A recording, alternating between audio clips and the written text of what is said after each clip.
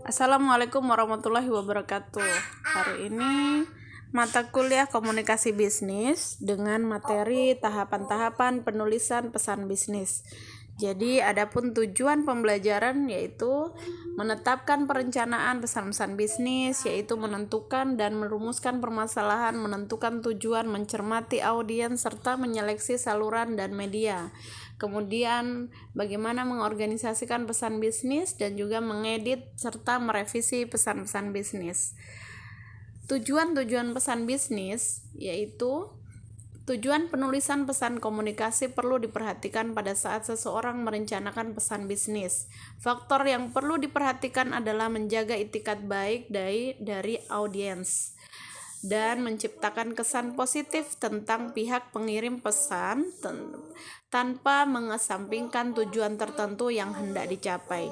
Jadi ketika kita menulis pesan bisnis itu harus sudah menyampaikan hal yang memang positif ya, yang dimana itikat kita itu sudah baik terhadap audiens atau orang yang membaca surat kita ataupun orang yang mendengarkan informasi dari kita. Jadi pesan yang harus disampaikan itu harus memang baik dan juga positif. Kemudian mencermati audiens, menentukan ukuran dan komposisi audiens. Jadi bagaimana kita menentukan posisi ataupun ukuran daripada audiens tersebut. Audiensnya banyak, berarti kita harus menulis pesan juga sesuaikan dengan audiens ataupun jumlah audiens tersebut. Kemudian menentukan siapa audiensnya atau siapa yang akan menerima pesan. Bagaimana reaksi audiens kita melihat dari umpan balik audiens tersebut. Apakah umpan baliknya yang diterima oleh kita itu sesuai dengan apa yang kita harapkan. Kemudian pemahaman audiens.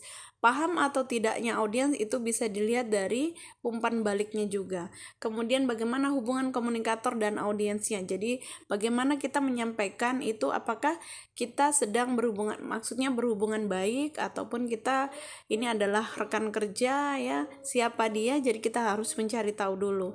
Kemudian menemukan keinginan audiens, artinya bahwa apa yang diinginkan audiens, pesan apa, pesan bisnis yang seperti apa, apakah ini kerjasama untuk saling menguntungkan ataukah bisa menarik audiens itu bekerja sama dengan kita, ataukah bagaimana audiens atau pelanggannya kita itu bisa dengan cermat menyikapi informasi yang sudah kita sampaikan.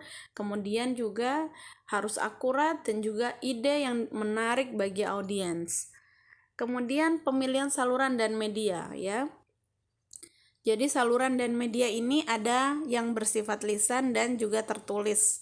Baik itu lisan dalam bentuk telepon atau tertulis dalam bentuk writing atau surat ya, ataupun pesan yang lain, misalnya menggunakan memo, menggunakan surat, menggunakan WhatsApp dan lain sebagainya. Sekarang sudah banyak teknologi yang digunakan ya, tergantung dari saluran dan media yang digunakan.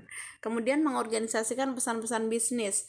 Untuk dapat mengorganisasi pesan-pesan dengan baik, maka harus ada 4 yang perlu diperhatikan. Yang pertama adalah subjek dan tujuan harus jelas. Subjek itu maksudnya siapa yang akan kita berikan pesan dan bagaimana tujuannya juga jelas, siapa dia dan siapa yang akan kita informasikan. Semua informasi harus berhubungan dengan subjek dan tujuannya. Kemudian ide-ide harus dikelompokkan dan disajikan dengan cara yang logis.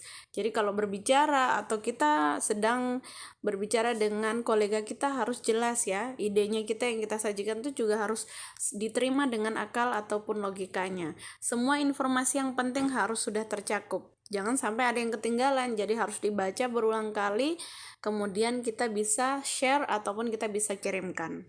Dan cara mengedit isi dan pengorganisasiannya. Untuk mengevaluasi aktivitas suatu pesan bisnis secara menyeluruh keseluruhan, itu harus benar-benar yang memang sudah perlu ya dan juga relevan. Itu penting dan juga relevan. Itu adalah ketika kita mengevaluasi atau mengedit ya. Jangan sekali-kali Anda memasukkan bahan-bahan yang tidak perlu, tidak penting dan tidak relevan dengan pesan-pesan yang disampaikan.